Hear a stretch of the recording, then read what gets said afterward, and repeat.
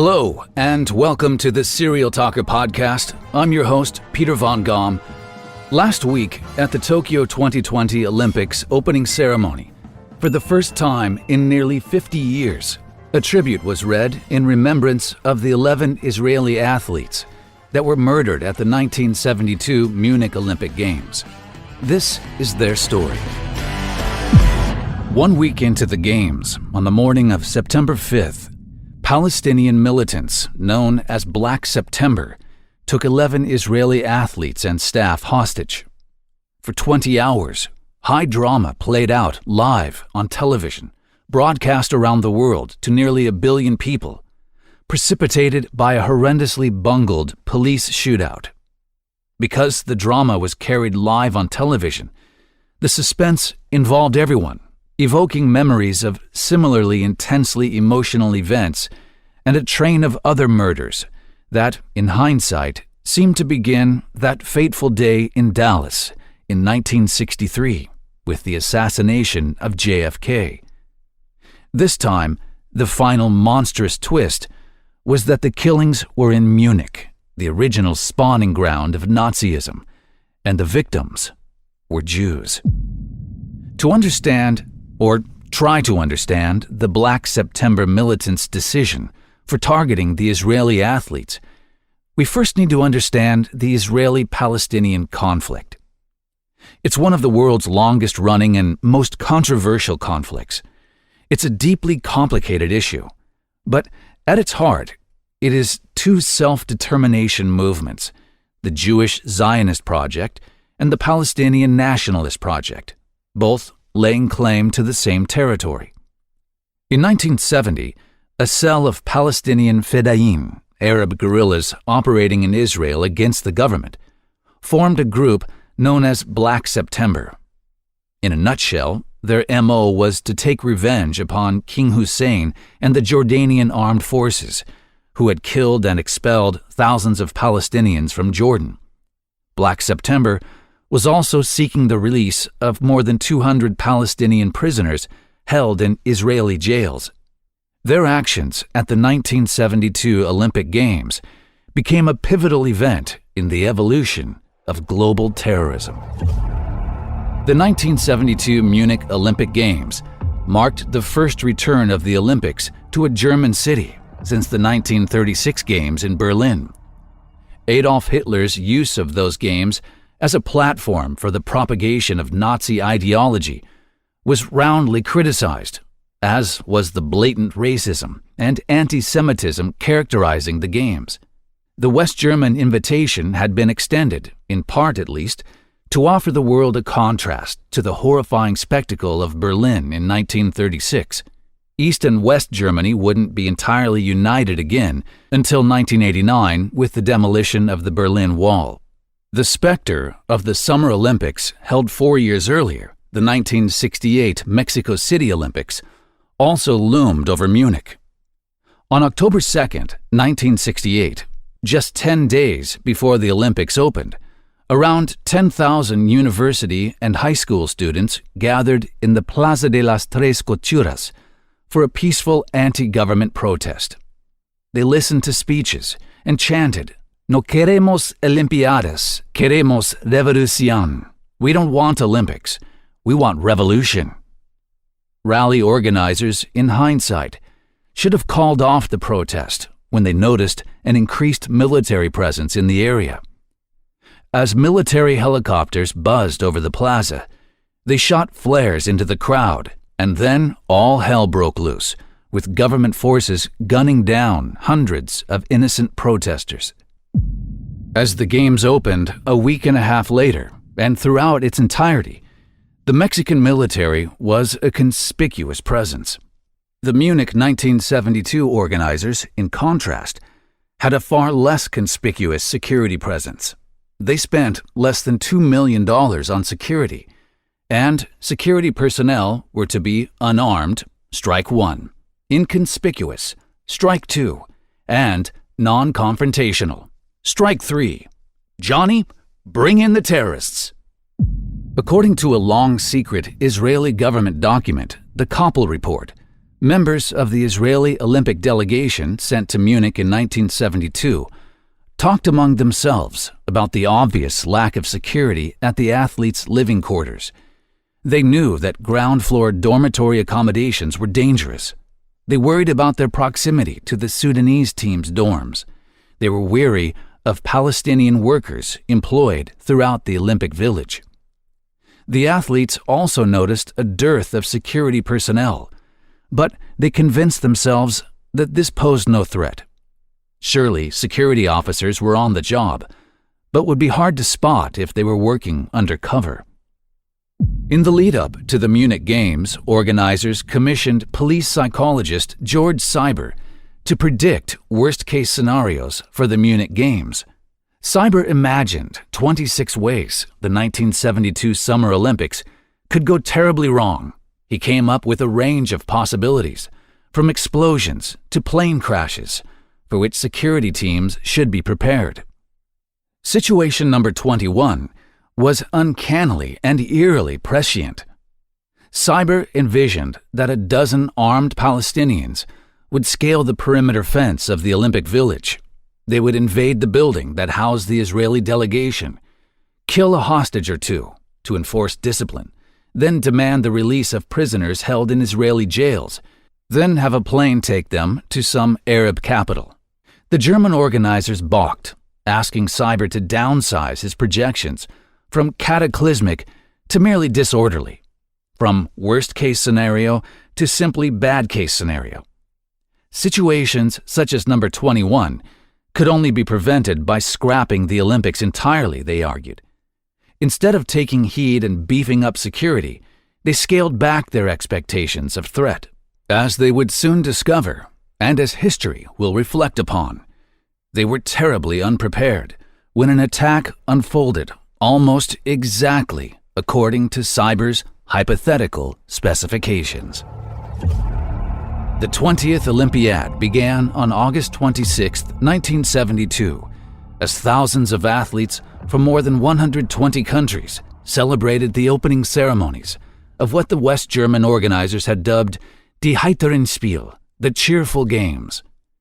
The USA's top swimmer, Mark Spitz, was making Olympic history, collecting an astounding 7 gold medals at the Games, and all of them world records. This would hold until fellow American Michael Phelps bagged 8 gold medals in the Beijing Olympics in 2008. It was a festive time. Athletes from around the world were celebrating not only medals, but personal victories. After all, only the best of each country makes it to the Olympics.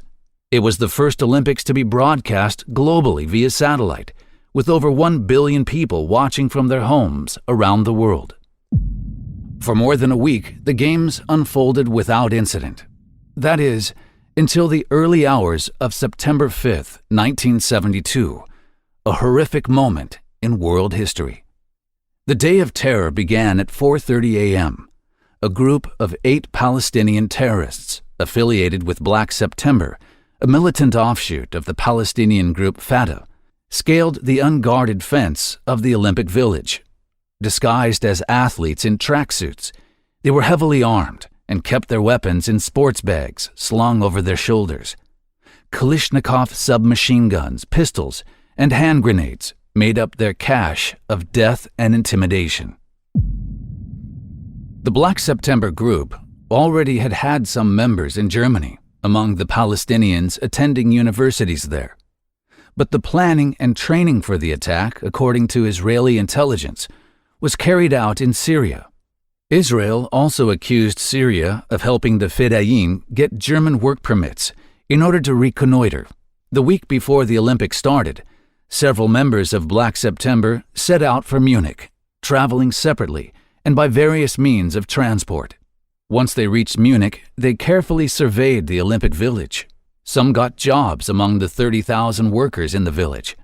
Athletes from Uruguay, who occupied quarters next to the Israelis, later remembered having seen some of the Arabs in the vicinity. The terrorists made their move at 4:20 a.m. as the sprawling Olympic Village lay quiet and sleeping in the pre-dawn darkness. 2 telephone linemen saw a group of young men wearing tracksuits and carrying athletic equipment, scaled the 7-foot fence surrounding the village. It was a fairly common occurrence. Many of the Olympic athletes had broken training to enjoy a night on the town, and then scaled the fence to re-enter the compound. But once out of sight, the group stopped to blacken their faces with charcoal or put on hoods and pull weapons out of their bags. Then, with stolen keys to the complex in hand, they set off toward the Israeli quarters at 31 Connollystrasse. This street is named, in Olympic tradition, after U.S. hammer thrower Harold Connolly and his Czech-born wife Olga, a discus thrower. The 22 male Israeli athletes, coaches, and officials shared 5 apartments in the modern 3-story building. Uncertain how many of the 3-room apartments housed Israelis, the intruders knocked on one of the doors of apartment 1. Deep asleep was wrestling coach Moshe Weinberg, 32. He went to the door and opened it a crack. Someone at the door asked in German, "Is this the Israeli team?" He then threw himself against the door, trying to lock it, when he saw the armed men, and yelled for his roommates to flee. Weinberg was hit by a burst of submachine gunfire through the door. Virtually the same scene was repeated at a second apartment. Wrestler Yosef Romano, who despite being on crutches due to an injury during competition, fought off the intruding terrorists and made an attempt to disarm one of them with a knife, but was mortally wounded. To prove their resolve, the terrorists castrated Romano and left his mutilated body on the floor of the apartment as a warning. In apartment 3, as the terrorists gathered more hostages and forced them back to apartment 1, wrestler Gad Sabari broke from the group and dashed down a flight of stairs toward an underground parking garage, bullets whistling by his ears, escaping to safety. Meanwhile, back in apartment 1, Yosef Gottfried, a 6'1", 240-pound wrestling referee, held the door shut despite the efforts of 5 attackers pushing from the other side. "Hevre, tistalku! Boys, get out!" Gottfried yelled in Hebrew, but it was too late for him. The door was finally forced open, and the terrorists poured in. 18 Israelis managed to escape in the chaos. 9 who did not make it to the exits were taken hostage. They were bound hand and foot in groups of 3 and pushed together onto a bed. Members of Black September then dragged Moshe Weinberg's body out onto the steps in front of the Israeli compound, showing the German police and the world watching that they meant business. By 6 a.m., Munich police, alerted to the situation by escaping Israelis, had arrived and begun to take the measure of the situation. A crisis center was set up in the village administration building, 200 meters away from the incident. Police Chief Manfred Schreiber quickly assembled 600 men, along with armored cars, to cordon off the area. Meanwhile, an ambulance crew retrieved the body of Moshe Weinberg. Shortly after, Police Chief Schreiber boldly walked up to the besieged apartment house and was met by the leader of the group, Latif Afif, wearing a white tennis hat, sunglasses, and his face blackened. Schreiber had considered grabbing the leader and in turn taking him as a hostage, when Afif opened his hand, displaying a hand grenade with his thumb on the pin, asking him, "Do you want to take me?" At 9 a.m., the terrorists tossed an English message out a window that included 234 Arab prisoners presently held in Israeli jails and demanded their release. The list also included leaders of a gang of German leftist terrorists and a Japanese terrorist who had taken part in a recent massacre at Tel Aviv's Lod airport, in which 26 people died. As the police read the list, the Olympic Games continued only 400 yards away, amid 2,000 cheering fans watching a volleyball game between West Germany and Japan, many of them still unaware of the drama unfolding. The Palestinians insisted that they and their prisoners be flown out of West Germany to any Arab nation except Lebanon or Jordan, specifically aboard 3 airplanes that would leave at intervals. Authorities had 3 hours until noon to comply. If they didn't abide by the demands, the hostages would be executed at the rate of 2 every 30 minutes. By then, a hotline was humming between Munich and Jerusalem. In Israel, Premier Golda Meir summoned her senior advisors. It didn't take them long to decide, 1, not to negotiate with the terrorists or release any prisoners. 2, to tell the Germans they had full responsibility for any rescue action. And 3, to indicate that Israel would not object should the Germans give the terrorists safe conduct out of the country, provided that they received ironclad guarantees that the hostages would then be freed. Thus, West German Interior Minister Hans-Dietrich Genscher was tightly limited in the decisions that he could make. Genscher bargained with the terrorists personally and offered them an unlimited sum of money for the release of the Israelis. The Palestinians brusquely said, "No dice." Genscher then offered himself and other West German officials as hostages in the Israelis' place. Again, he was rebuffed.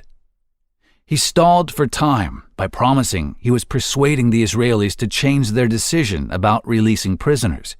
In fact, as Police Chief Schreiber later stated, the Germans were convinced the hostages' fate had already been sealed by the decision not to comply with the terrorists' demands. Genscher boldly demanded to see the hostages. He was taken to a bedroom of one of the apartments and saw the 9 bound men sitting on the beds. He spoke with one of them, who said they were doing okay. At Genscher's pleading, the Palestinians pushed back their deadline for executing the hostages to 5 p.m. if their demands were not met. They ultimately changed the deadline 4 times before the fateful final act.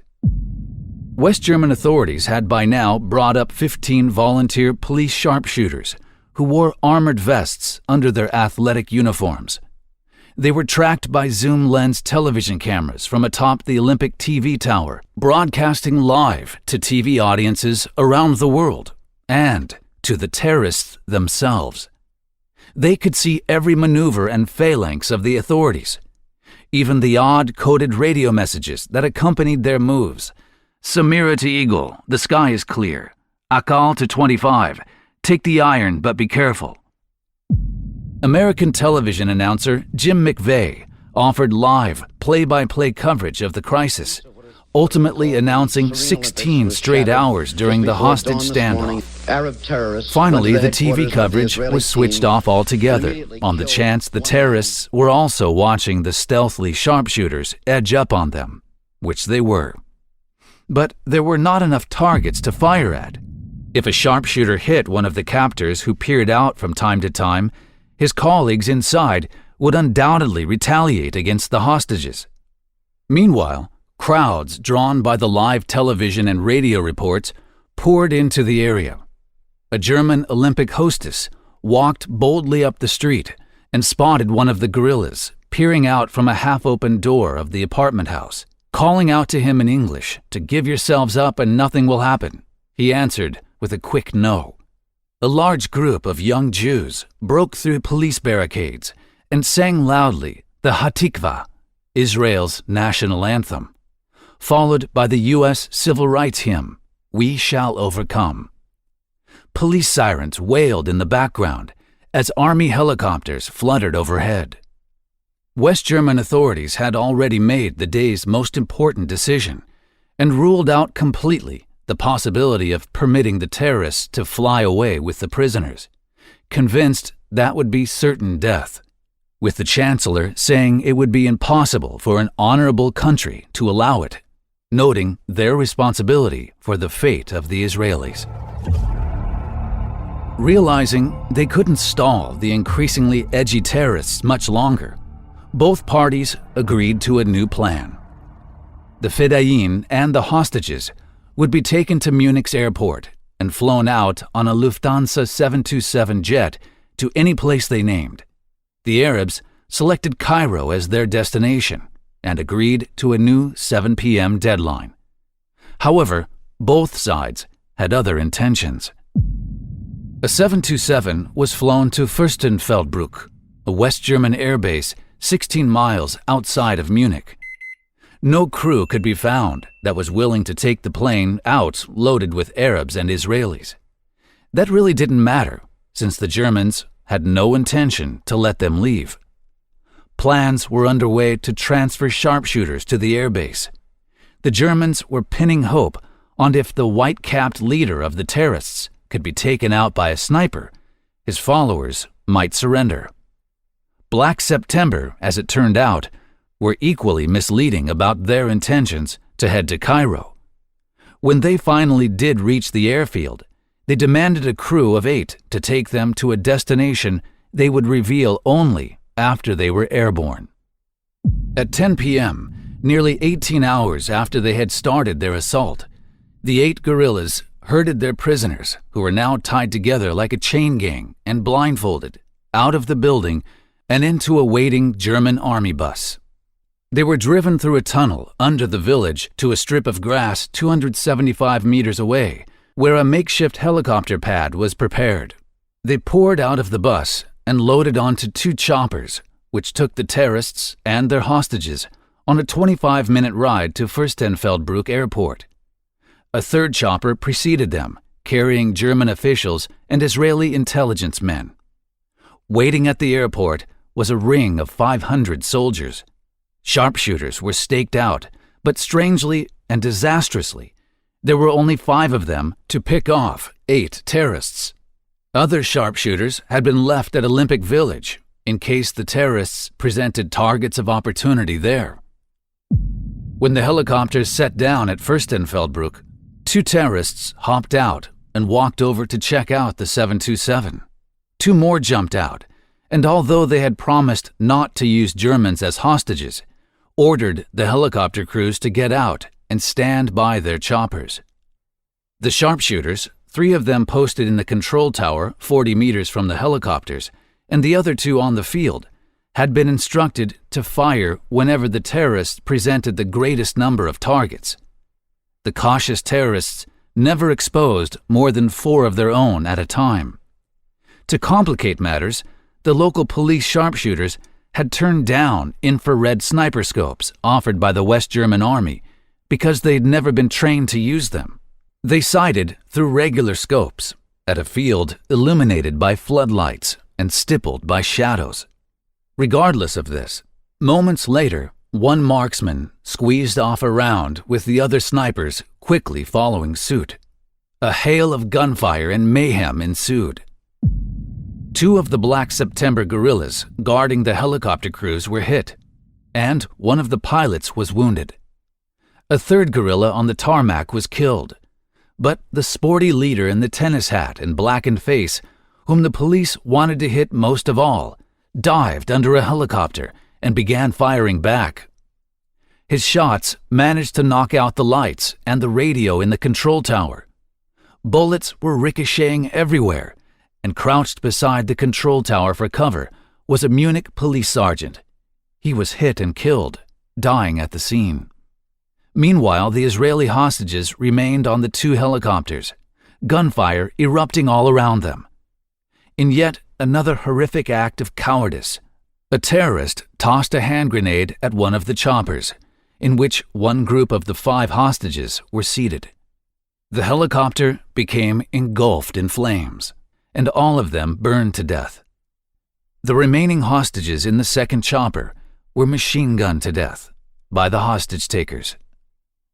The battle continued sporadically for another hour, with eventually 5 of the terrorists, including the leader, being killed.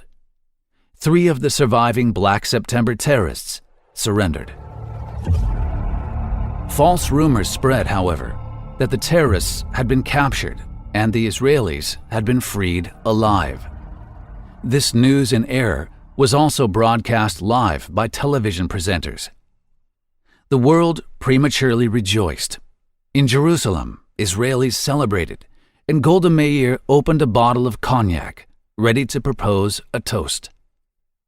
4 hours later, however, West German authorities finally admitted that the good news was a terrible mistake. West German authorities had captured 3 of the Fedayeen, 2 of whom were wounded, but the Germans were not even sure who they were.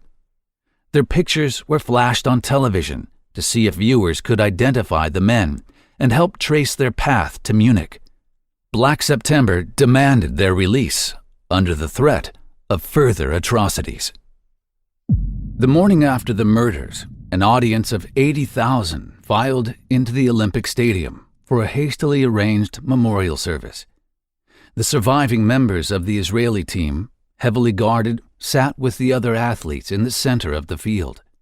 The stand was draped in black, and for the first time in Olympic history, the flags of 122 competing nations and the Olympic flag flew at half-mast.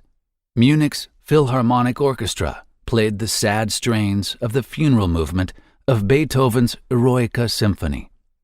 Should the games continue, 84-year-old retiring IOC chair Avery Brundage declared that the games must go on, and the crowd in the stadium cheered.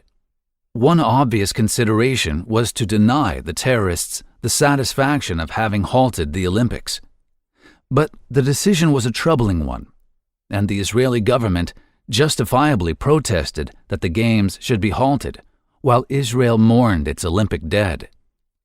Many felt that the tragedy was of such magnitude that the remaining games should be called off altogether. However, they continued with the decision endorsed by the Israeli government and Israeli Olympic team. Could this tragedy have turned out differently? Maybe no. Once the basic policy decisions had been made not to release the Palestinian prisoners in Israel for the hostages in Munich, not to allow the terrorists to leave the country with their Israeli captives, there was no choice but to try to stop the Black September guerrillas by force. The decision not to trade off prisoners was an Israeli one. The final decision to stage an ambush was based on the West German conviction that if the terrorists were allowed to fly out with the hostages, they would kill the Israeli hostages elsewhere. The terrorists had indicated they would shoot them the following morning if Israel didn't free the prisoners. That was probably indeed Black September's intent, but there is still room for doubt. The terrorists, after all, had ignored their own ultimatums and let their deadlines go before, and the hostages were worth more to them alive than dead. The real fault was in the preventable lack of security throughout the 1972 Olympic Games and the bungled execution of a solid plan after the hostages were taken. The police operation was badly mismanaged, and that failure was compounded by a lack of zeal in the task. Most of the 500 German soldiers on hand were being used to control crowds on the perimeter of the airfield, and perhaps would have been more usefully employed in assaulting the helicopters. The security budget for the Olympics has since mushroomed, as you would imagine, from $2 million in 1972 to well over $1 billion in 2021. 1 month after the massacre at the 1972 Olympics, another Palestinian terrorist group hijacked Lufthansa Flight 615 and demanded the West German government release the 3 Black September prisoners in a hostage exchange, which they did. The Israeli government then launched Operation Wrath of God, which authorized Mossad to track down and kill those involved in the Munich massacre, which they did. And Steven Spielberg did an amazing job with the 2005 movie Munich, which is about the 1972 Munich massacre and Mossad's operation to take out those responsible. Thank you all so much, as always, for listening to the Serial Talker podcast. It is my pleasure to bring these to you on a weekly basis. And this, in particular, is really special to me, and the poignant message that was delivered to so many around the world at these historic games. If you like this kind of podcast, please consider subscribing. It would be a pleasure to have you on board. If you would like to help support the podcast, you could always buy me a cup of coffee. Those details are in the description, and that helps to pay for our web and podcast hosting and keep me wired for writing and reporting. If you have a compelling true story you would like me to consider reading, please send me an email. Those details are also in the description. And finally, if you have a friend or two who you think might like the Serial Talker podcast, please share it. Thanks so much, guys. We'll see you next week. Ciao for now.